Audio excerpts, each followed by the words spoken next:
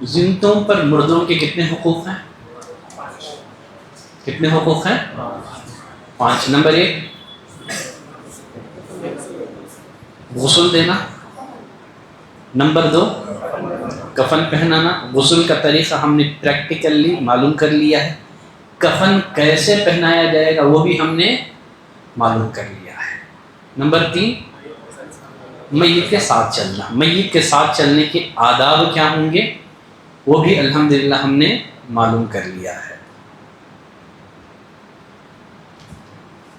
زندوں پر مردوں کے حقوق میں چوتھا حق ہے اس کی نماز پڑھنا، جنازے کی صلاۃ پڑھنا۔ جنازے کی صلاۃ کا حکم کیا ہے؟ جنازے کی صلاۃ کا حکم یہ ہے کہ یہ فرض کفایہ ہے۔ فرض کفایہ کا مطلب، فرض کفایہ کا مطلب اگر کچھ لوگ ادا کریں تو بقیہ لوگوں سے فرضیت ثابت ہو جائے گی، بقیہ لوگ گنہگار نہیں ہوں گے۔ اگر کوئی بھی ادا نہ کرے تو معاشرے کا ہر فرد گنہگار ہوگا۔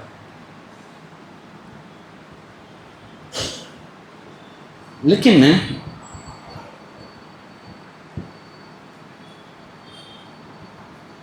میت جو ہیں ان کی کئی قسمیں ہیں جنازے کی نماز پڑھنے نہ پڑھنے کے اعتبار سے۔ شہید کی جنازے کی نماز کے سلسلے میں اختیار ہے۔ احد کے شہداء کی جنازے کی صلاۃ نبی کریم صلی اللہ علیہ وسلم نے نہیں پڑھی، پھر کچھ سالوں کے بعد نبی کریم صلی اللہ علیہ وسلم گئے، آپ نے ان کے جنازے کی صلاۃ پڑھی۔ اہل علم نے کہا کہ اس معاملے میں اختیار ہے، شہید کی جنازے کی نماز پڑھنے یا نہ پڑھنے دونوں کا اختیار ہے۔ شہداء احد کی بالفور تو نبی کریم صلی اللہ علیہ وسلم نے جنازے کی صلاۃ نہیں پڑھی، لیکن ایک وقفے کے بعد آپ صلی اللہ علیہ وسلم نے کئی سالوں کے بعد آپ نے شہداء احد کی جنازے کی صلاۃ پڑھی۔ تو معلوم کیا ہوا، آپ گلف وغیرہ میں رہتے ہیں، آپ کے قریبی رشتہ دار کا انتقال ہو گیا، 3 سال 4 سال کے بعد آپ کا انڈیا آنا ہوا، تو آپ قبر پر جا کر کے چاہے 3 سال 5 سال ہی کیوں نہ گزر گئے ہوں، آپ قبر پر جا کر کے جنازے کی صلاۃ پڑھ سکتے ہیں، اس میں کوئی حرج نہیں ہے۔ اسی طرح بچے کی جنازے کی نماز کا کیا حکم ہے؟ وَالطِّفْلُ يُصَلَّى عَلَيْهِ، نبی کریم صلی اللہ علیہ وسلم نے فرمایا بچے کی جنازے کی نماز بھی پڑھی جائے گی، بلکہ یہاں تک نبی کریم صلی اللہ علیہ وسلم نے فرمایا وَالسِّخْتُ يُصَلَّى عَلَيْهِ، ناتمام بچے کی جنازے کی صلاۃ بھی پڑھی جائے گی۔ اگر کوئی بچہ رحم مادر میں 4 ماہ مکمل کر لینے کے بعد ساقط ہو جائے، ابوشن ہو گیا، لیکن اس نے ماں کے پیٹ میں 4 ماہ کمپلیٹ کر لیے، جیسے ہی اس کے جسم میں روح پڑ گئی وہ ایک جان کے حکم میں آ گیا۔ فرمایا وَالسِّخْتُ يُصَلَّى عَلَيْهِ، ایسے ناتمام بچوں کی جنازے کی صلاۃ پڑھی جائے گی۔ دعا کیا ہوگا، دعا کیا پڑھی جائے گی؟ وَيُدْعَى لِوَالِدَيْهِ، اس میں والدین کے لیے بھی دعا کی جائے گی مغفرت کی۔ نماز بچے کی ہے لیکن اس نماز میں والدین کی مغفرت کی دعا کی جائے گی، اور اللہ سے سوال کیا جائے گا کہ اے اللہ اس بچے کو کل قیامت کے دن ہماری نجات کا، ہماری کامیابی کا ذریعہ بنا دے۔ تو اگر 4 ماہ مکمل کر لیں، جیسے عبداللہ بن مسعود رضی اللہ تعالیٰ عنہ کی مشہور و معروف روایت، نبی کریم صلی اللہ علیہ وسلم نے فرمایا کہ جب بچہ رحم مادر میں 4 ماہ مکمل کر لیتا ہے تو اللہ فرشتے کو بھیجتا ہے، روح پھونکی جاتی ہے اور 4 باتیں لکھنے کا حکم دیا جاتا ہے۔ تو 4 ماہ کے بعد روح پھونک دی گئی ہے تو اس کی جنازے کی صلاۃ پڑھی جائے گی۔ اسی طرح سے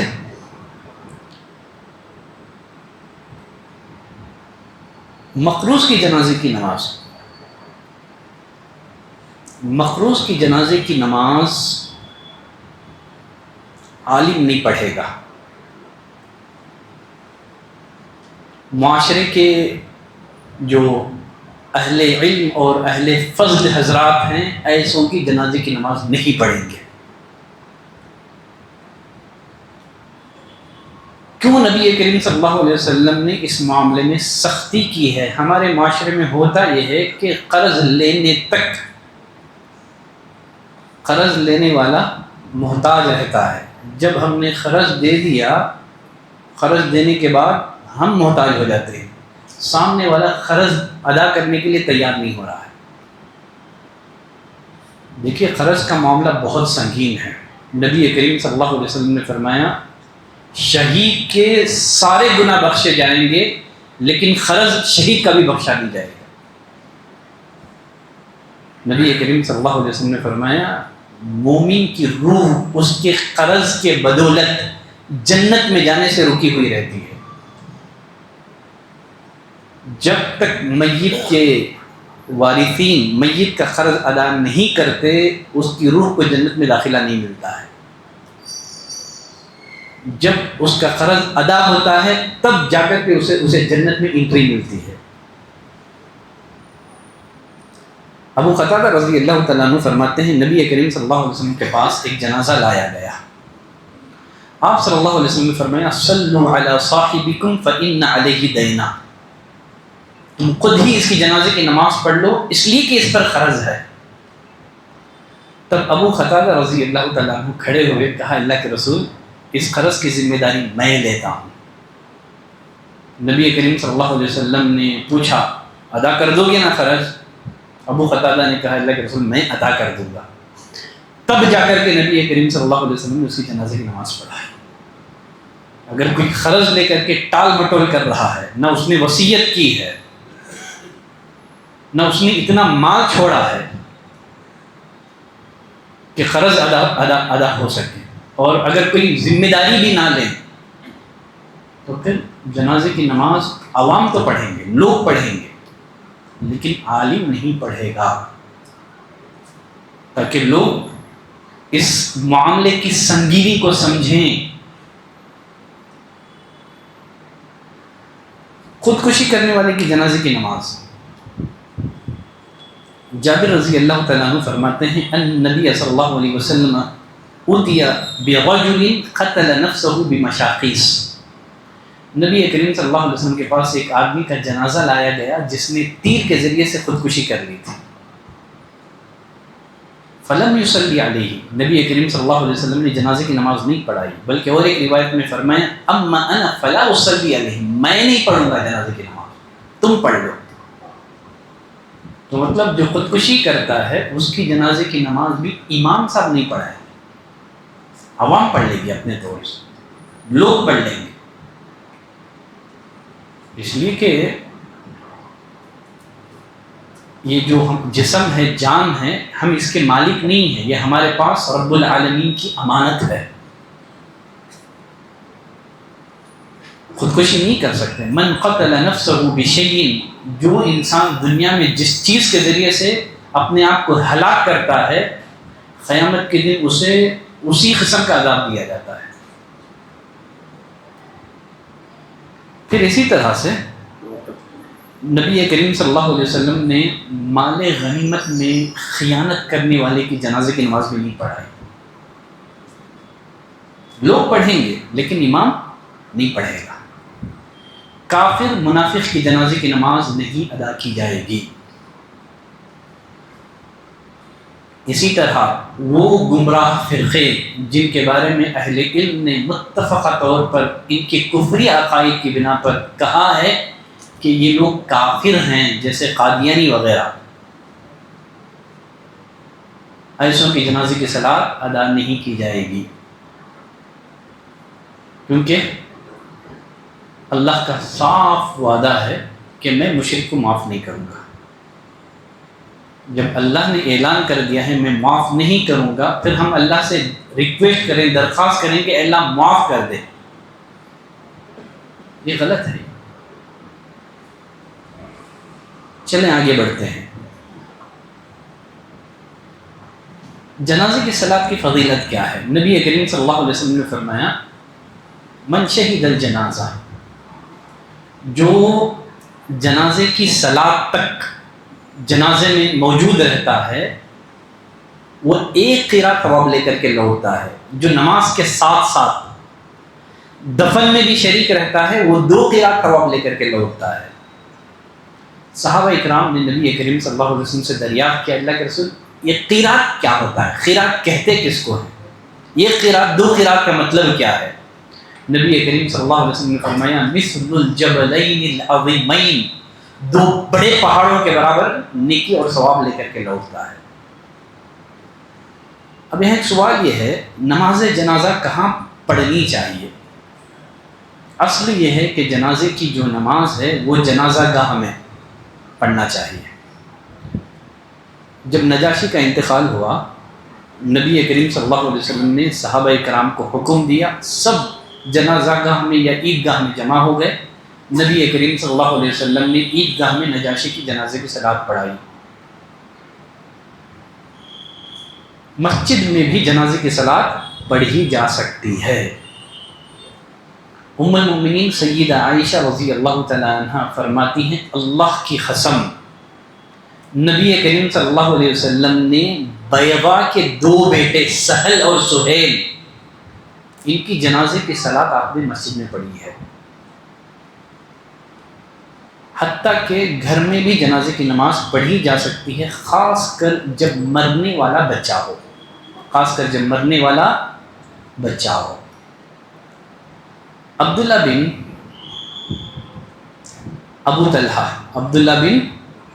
ابو طلحہ یہ فرماتے ہیں ابو طلحہ رضی اللہ تعالیٰ عنہ نے نبی کریم صلی اللہ علیہ وسلم کو بلایا، کب؟ جب عمیر بن ابو طلحہ کا انتقال ہو گیا تھا۔ عمیر چھوٹے سے بچے تھے، نبی کریم صلی اللہ علیہ وسلم ان کے ساتھ مذاق بھی کیا کرتے تھے۔ ان کے پاس ایک چڑیا تھی جس سے وہ کھیلا کرتے تھے، مر گئی۔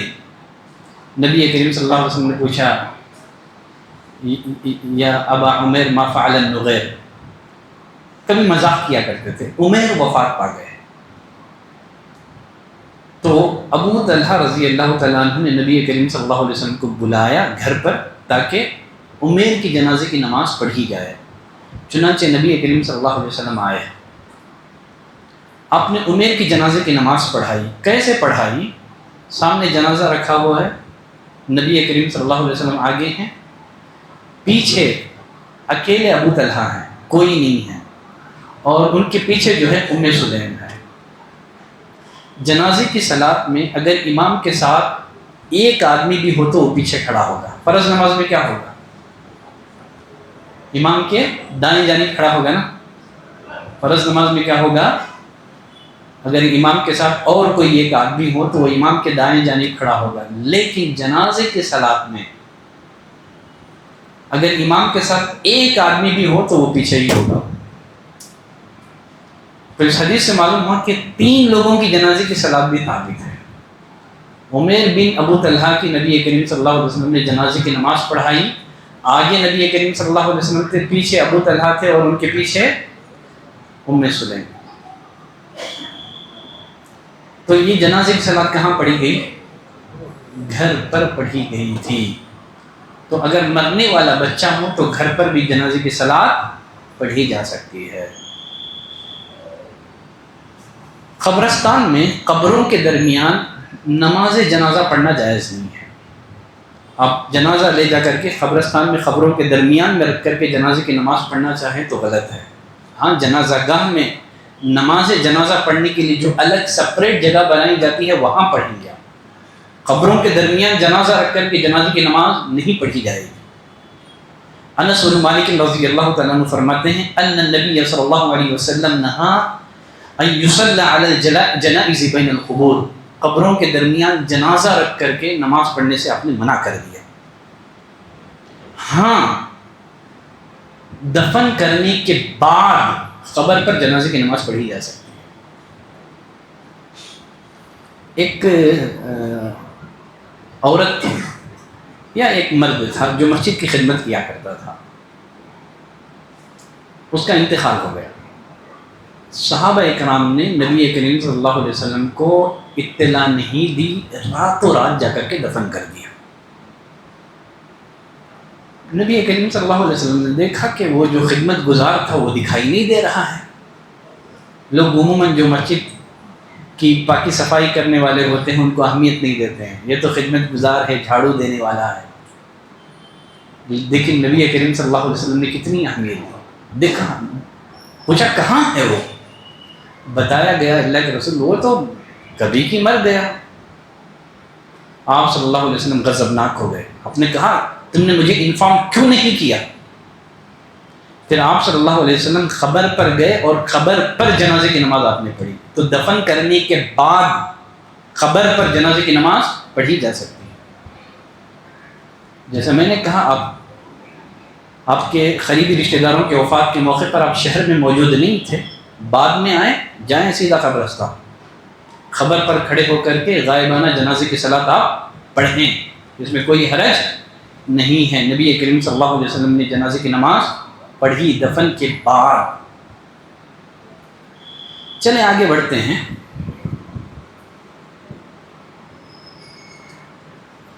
تین اوقات ایسے ہیں جن میں نماز پڑھنا، جنازے کی نماز پڑھنا اور قبروں کو دفنانا جائز نہیں ہے، مردوں کو دفنانا جائز نہیں ہے۔ وہ کون سے تین اوقات ہیں؟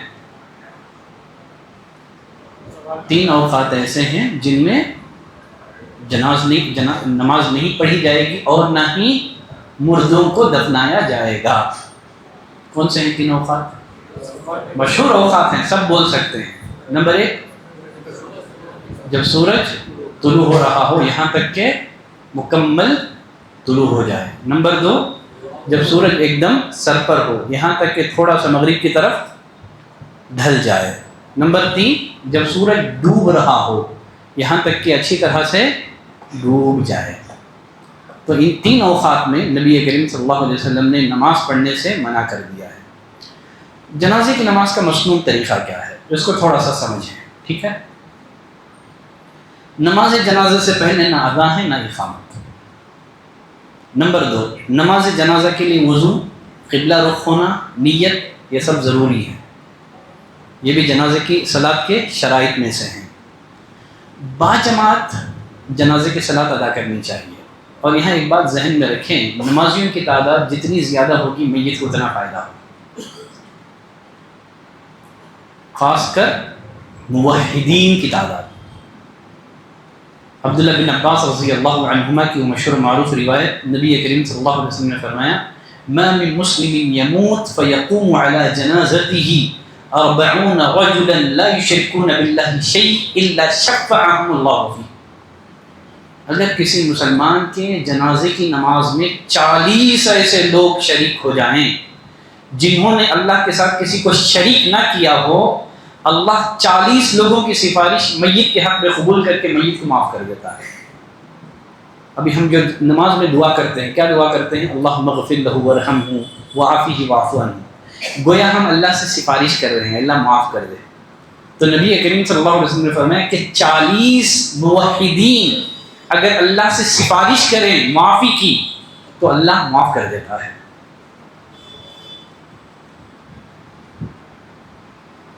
اور ام المومنین سیدہ عائشہ رضی اللہ تعالیٰ عنہ کی روایت میں تعداد 100 بتائی گئی ہے۔ 100 یا 40 لوگ اگر شریک ہو جائیں تو انشاءاللہ اللہ ان کی دعاؤں کی برکت سے میت کے حق میں مغفرت کا فیصلہ فرماتا ہے۔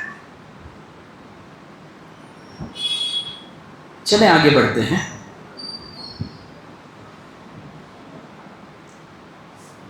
امام جو ہے جنازے کی صلاۃ پڑھاتے ہوئے کہاں کھڑا ہوگا؟ اگر میت مرد ہے تو امام میت کے سرانے کھڑا ہوگا، اگر میت عورت ہے تو درمیان میں کھڑا ہوگا، بیچ میں کھڑا ہو کر کے نماز پڑھائے گا۔ انس بن مالک رضی اللہ تعالیٰ عنہ کے پاس ایک جنازہ لایا گیا، مرد کا جنازہ، سرانے کھڑے ہو کر کے نماز پڑھا دی۔ پھر اس کے بعد ایک قریشی عورت کا جنازہ لایا گیا، جنازے کے درمیان میں کھڑے ہو کر کے نماز پڑھائی گئی۔ بعد میں انس بن مالک رضی اللہ تعالیٰ عنہ نے کہا، حکذا رأیت رسول اللہ صلی اللہ علیہ وسلم، میں نے نبی کریم صلی اللہ علیہ وسلم کو ایسے ہی کرتے ہوئے دیکھا۔ نماز جنازہ میں طاق صفے ہونا کچھ بھی ضروری نہیں ہے. طاق سمجھتے ہیں نا؟ طاق سمجھتے ہیں؟ 1 3 5 7. ٹھیک ہے، اس معاملے میں بہت ساری جگہوں پر سختی کی جاتی ہے، زبردستی طاق صفیں بنائی جاتی ہیں. جنازے کی نماز میں طاق صفیں ہونا کوئی بھی ضروری نہیں ہے. نجاشی کا انتقال ہوا. جابر بن عبداللہ رضی اللہ تعالیٰ عنہ فرماتے ہیں نبی کریم صلی اللہ علیہ وسلم نے صحابہ سے فرمایا ان اخاکم قد مات، تمہارا بھائی مر گیا ہے. کون؟ حبشہ کا بادشاہ نجاشی. فقوموا فصلوا علیہ، چلو ہم جا کر کے اس کی جنازے کی صلاۃ پڑھتے ہیں. جابر بن عبداللہ رضی اللہ تعالیٰ عنہ فرماتے ہیں فقمنا، چنانچہ ہم نجاشی کی جنازے کی نماز پڑھنے کے لیے اٹھے. فصففنا صفین، فصففنا صفین، کتنی صفیں تھیں؟ 2 صفیں تھیں. نبی کریم صلی اللہ علیہ وسلم نے طاق عدد میں صفیں نہیں بنائے، تو طاق عدد میں صفوں کا ہونا کچھ بھی ضروری نہیں ہے. اگر امام کے علاوہ صرف ایک آدمی ہو تو وہ امام کے پیچھے ہی کھڑا ہوگا. دلیل آپ کو بتا چکا ہوں. نماز جنازہ میں 4 تکبیرات کہنی چاہیے. کتنی؟ اس سے زیادہ تکبیرات بھی ثابت ہے، لیکن نبی کریم صلی اللہ علیہ وسلم کا زیادہ عمل 4 تکبیرات کا تھا اور آخری عمل بھی 4 تکبیرات کا تھا. 4 سے زیادہ بھی ثابت ہیں، جیسے میں نے کہا 5 تکبیرات بھی ثابت ہیں. صحابہ اکرام سے یہ تعداد جو ہے اور زیادہ بھی ثابت ہے. لیکن اکثر نبی کریم صلی اللہ علیہ وسلم نے جو جنازے کی صلاۃ پڑھی ہے وہ 4 تکبیرات کے ساتھ ہی ہے. نجاشی کی جنازے کی صلاۃ پڑھائی 4 تکبیرات کے ساتھ. آخری عمل نبی کریم صلی اللہ علیہ وسلم کا یہی تھا، تو اسی بنا پر ہم اسی کو بنیاد بنا کر کے 4 تکبیرات والی ہم انشاءاللہ جنازے کی صلاۃ کا طریقہ ہم لوگ معلوم کریں گے. پہلی تکبیر اللہ اکبر کہتے ہوئے آپ کو رفع الیدین کرنا ہے. اللہ اکبر کہتے ہوئے ہاتھ اٹھانا ہے، رفع الیدین کرنا ہے. اس بارے میں پہلی جو تکبیر ہے اس میں رفع الیدین کے بارے میں کسی طرح کا کوئی اختلاف نہیں ہے. ابو ہریرہ رضی اللہ تعالیٰ عنہ فرماتے ہیں ان رسول اللہ صلی اللہ علیہ وسلم کبر علی جنازہ، نبی کریم صلی اللہ علیہ وسلم نے ایک جنازے کی نماز پڑھاتے ہوئے اللہ اکبر کہا. فرفع یدیہ فی اول تکبیرۃ، آپ نے پہلی مرتبہ جب اللہ اکبر کہا نا ہاتھ اٹھایا اور آپ نے اپنا دایاں ہاتھ بائیں ہاتھ پہ رکھ دیا. تو پہلی تکبیر میں ہاتھ اٹھانا ہے. بقیہ اور تکبیرات میں نبی کریم صلی اللہ علیہ وسلم سے ثابت نہیں ہے، صحابہ سے ثابت ہے، عبداللہ بن عمر سے اور کچھ تابعین سے. اگر کوئی بقیہ 3 تکبیرات میں ہاتھ نہیں اٹھاتا ہے اس بنا پر کہ نبی کریم صلی اللہ علیہ وسلم سے ثابت نہیں ہے، کوئی مسئلہ نہیں ہے. اگر کوئی بقیہ 3 تکبیرات میں ہاتھ اس لیے اٹھاتا ہے کہ صحابی کا عمل ہے، چلے گا. اس معاملے میں وسعت ہے، کشادگی ہے. ان سب معاملات میں زیادہ سختی نہیں کرنی چاہیے. بقیہ 3 تکبیرات میں آپ ہاتھ نہ اٹھائیں کوئی مسئلہ نہیں ہے، ہاتھ اٹھائیں تب بھی کوئی مسئلہ نہیں ہے. تو پہلی تکبیر میں آپ کیا کریں گے؟ ثنا پڑھیں گے. کیا ثنا ثابت نہیں ہے، ثنا ثابت نہیں ہے. لیکن بڑے افسوس کے ساتھ کہنا پڑتا ہے کہ ہمارے جو بھائی حنفی حضرات ہیں سورہ فاتحہ ثابت ہے وہ پڑھتے نہیں ہیں، ثنا ثابت نہیں ہے لیکن وہ پڑھتے ہیں. ثنا جو ہے جنازے کی صلاۃ میں ثابت نہیں ہے لیکن وہ پڑھتے ہیں. جو ثابت ہے وہ نہیں پڑھتے. طلحہ بن عبداللہ بن عوف فرماتے ہیں میں نے عبداللہ بن عباس رضی اللہ تعالیٰ عنہ کے پیچھے جنازے کی نماز پڑھی. انہوں نے سورہ فاتحہ اور ایک سورت بلند آواز سے پڑھی، یہاں تک کہ حامی قرات سنائی دی. جب نماز سے فارغ ہوئے تو میں نے ان کا ہاتھ پکڑ کر کے سوال کیا تو عبداللہ بن عباس رضی اللہ تعالیٰ عنہ نے کہا یہ سنت ہے، یہ حق ہے. یہ سنت ہے، یہ حق ہے. اور نبی کریم صلی اللہ علیہ وسلم کا یہ فرمان تمام نمازوں کے لیے ہے، من صلی صلاۃ لم یقرأ فیہا بأم الکتاب، جو کوئی نماز پڑھے سورہ فاتحہ نہ پڑھے اس کی نماز نہ مکمل ہے، ناقص ہے، ناقص ہے، ناقص ہے۔ اور ہمارے بریلوی حضرات جو ہے ہمیں تانا دیتے ہیں مر گیا مردود، نہ فاتحہ نہ درود، بیچارے وہ لوگ خود فاتحہ نہیں پڑھتے۔ ٹھیک ہے، اب وہ خود سوچیں کہ مردود کون مرا ہے، ٹھیک ہے، کسی پر تانا دینا نہیں ہے، اللہ ان کو ہدایت دے، محض ان کے تانے تذکرے کیے جا رہے ہیں۔ بیچارے ہم کو خود مردود بولتے ہیں اس بنا پر کہ نہ فاتحہ نہ درود، بیچارے وہ خود فاتحہ نہیں پڑھتے۔ خیر چلے، تو پہلی تکبیر میں آپ کو کیا کرنا ہے؟ اللہ اکبر کہیں، رفع الیدین کہیں، دائیں ہاتھ بائیں ہاتھ پر باندھ کر کے سینے پر رکھیں، اور سورہ فاتحہ اعوذ باللہ بسم اللہ پڑھ کے سورہ فاتحہ اور اس کے ساتھ کوئی اور سورت پڑھ لیں۔ پھر اللہ اکبر کہیں، چاہے تو ہاتھ اٹھائیں چاہے تو نہ اٹھائیں۔ دوسری تکبیر میں کیا پڑھنا ہے؟ درود ابراہیمی پڑھیں۔ پھر اللہ اکبر کہیں، چاہے تو ہاتھ اٹھائیں یا نہ اٹھائیں۔ نبی کریم صلی اللہ علیہ وسلم سے جو ثابت دعائیں ہیں ان میں سے کوئی ایک دعا پڑھیں، اللہم اغفر لحینا و میتنا، یا اللہم اغفر لہ وارحمہ وعافہ واعف عنہ، یا اس کے علاوہ بھی نبی کریم صلی اللہ علیہ وسلم سے متعدد دعائیں ہیں، سیکھیں، یاد کریں۔ بڑے افسوس کا مقام ہے کہ والدین فوت ہو جاتے ہیں، لیکن ہماری جو نوجوان نسل ہے ان کے اندر اتنی بھی سخت صلاحیت نہیں ہے کہ وہ والدین کی جنازے کی نماز پڑھا سکے۔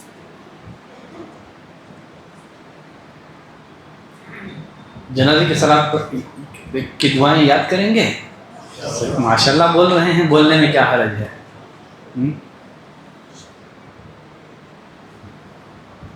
عمل کے ارادے سے یا بغیر ارادے کے؟ تھوڑا سا محنت کریں، آسان ہے، تھوڑا سا محنت کریں، آسان ہے انشاءاللہ۔ چلیں ٹھیک ہے، بچی ہے آخری تکبیر، اللہ اکبر کہیں، چاہے تو ہاتھ اٹھائیں یا تو نہ اٹھائیں۔ پھر آپ کو سلام پھیر دینا ہے۔ بہتر یہ ہے کہ ایک سلام پھیرے، بہتر ایک سلام، دو سلام بھی جائز ہے لیکن اولا ایک سلام ہے۔ ابو ہریرہ رضی اللہ تعالیٰ عنہ فرماتے ہیں، سنن دارقطنی مستدرک الحاکم کی روایت ہے، ان رسول اللہ صلی اللہ علیہ وسلم صلی علی جنازۃ فکبر علیہا اربعا وسلم تسلیمۃ واحدہ۔ نبی کریم صلی اللہ علیہ وسلم نے ایک جنازے کی نماز پڑھائی، 4 تکبیرات کہی اور وسلم تسلیمۃ واحدہ، 2 سلام نہیں ہے بلکہ ایک سلام پھیرا۔ اس لیے عموماً میں جنازے کی صلاۃ پڑھاتا ہوں تو ایک سلام کے ساتھ پڑھاتا ہوں تاکہ لوگوں کو معلوم چلے کہ یہ بھی ہے۔ خود ہمارے سلفی مساجد میں ایک سلام سے اگر میں نماز پڑھاؤں تو ناراض ہو جاتے ہیں۔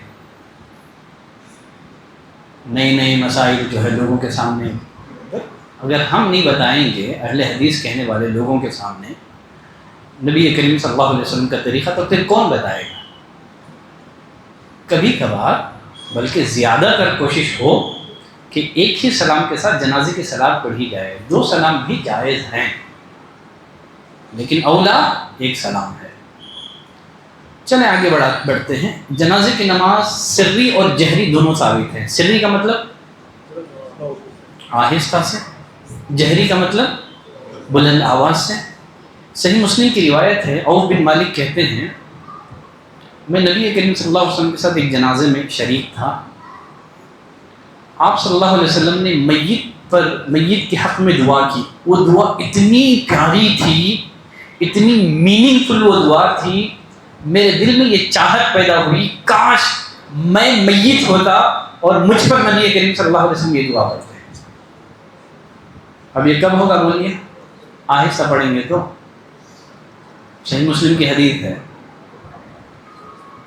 صحابی کے دل میں خواہش کب پیدا ہوگی؟ بغیر سنا ہوگا نا انہوں نے، جب سنائی دیا ہے مطلب رسول اللہ صلی اللہ علیہ وسلم نے بلند آواز سے پڑھا ہے. کہتے ہیں کہ اتنی اچھی دعا تھی، میرے دل میں یہ چاہت پیدا ہوئی کاش میں میت ہوتا اور نبی کریم صلی اللہ علیہ وسلم یہ دعا مجھ پر پڑھتے.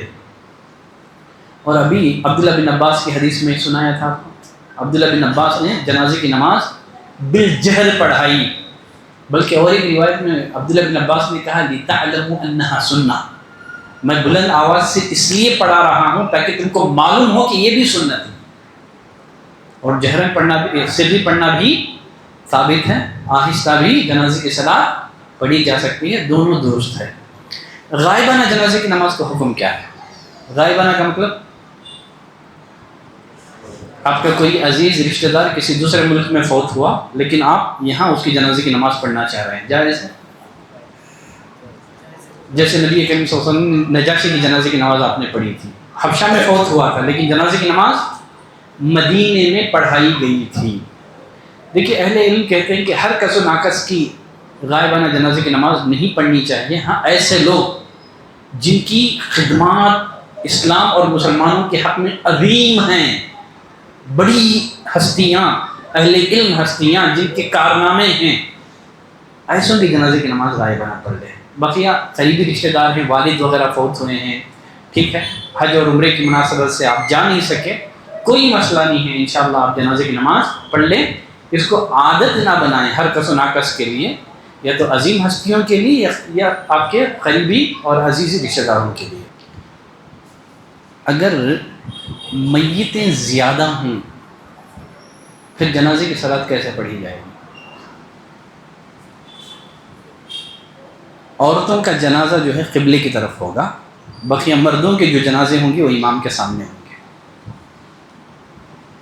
الگ الگ بھی جنازے کی صلاۃ پڑھی جا سکتی ہے، ایک دفعہ سب کی اجتماعی طور پر جنازے کی صلاۃ جائز ہے. اگر جنازے کئی ہیں ہر ایک پر الگ الگ جنازے کی صلاۃ پڑھنے کی ضرورت نہیں ہے. عورتوں کی جو جنازے ہیں ان کو آگے قبلے کی طرف کر دیں، امام کے سامنے مردوں کے جنازے رکھ کر کے اجتماعی طور پر سب کی جنازے کی صلاۃ ایک ہی ساتھ ادا کی جا سکتی ہے. جنازے کی صلاۃ عورتیں بھی ادا کر سکتے ہیں.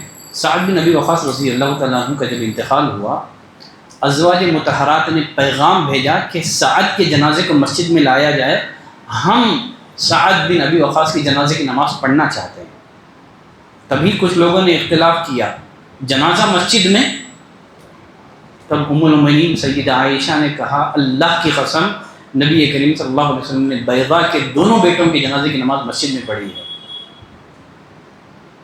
تو بالآخر سعد بن ابی وقاص کا جنازہ مسجد میں لایا گیا، ازواج مطہرات نے ان کے جنازے کی نماز پڑھی. چونکہ عورتوں کی افضل نماز گھر میں ہے، اسی بنا پر میت کو غسل دینے کے بعد بہتر یہ ہے کہ عورتیں گھر ہی میں جماعت کے ساتھ پڑھ لیں، پھر اس کے بعد جنازہ گاہ میں یا مسجد میں جہاں چاہیں وہاں لے کر کے جائیں اور وہاں جنازے کی نماز پڑھا دیں.